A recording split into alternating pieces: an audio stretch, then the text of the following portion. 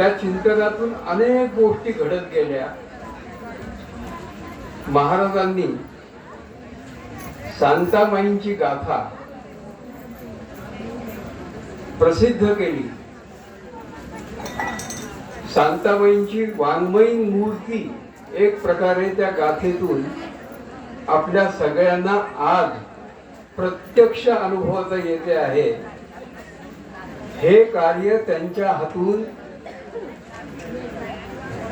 अद्वितीय स्वरूपाचं कार्य त्यांच्या हातून झालं.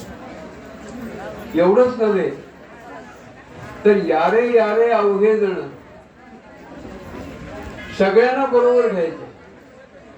रावापासून रंकापर्यंत आणि तथाकथित अंत्यजापासून ब्राह्मणापर्यंत सर्वांना बरोबर घेऊन त्यांना या मार्गामध्ये आणायचं. ही त्यांच्यामध्ये जी ताकद होती अध्यात्माची, ती शांताबाईंकडून चंपाबाईंकडून त्यांच्यामध्ये आलेली होती. एखाद्या संप्रदायाचं उत्तरदायित्व कसं स्वीकारायचं आणि ते कसं निभवायचं, किती उदारपणानं निभवायचं, आभाळागत माया सर्वांवर करत करत निघायचं, कुणाकडून कोणतीही अपेक्षा ठेवायची नाही. प्रत्यक्ष तुकाराम महाराजांचं चरित्र अनुभवत असताना तुकाराम महाराजांची प्रतिमूर्ती जर पाहावयाची असेल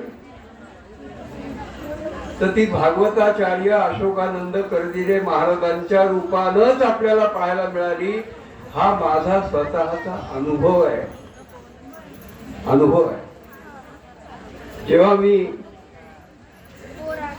ज्ञानेश्वरी अभ्यास वर्ग सामूहिक चिंतन महाप्रकल्प असा 2.5 वर्षापूर्वी सुरू केला आणि त्याचं काम चालू आहे. 2,500-3,000 पृष्ठांचा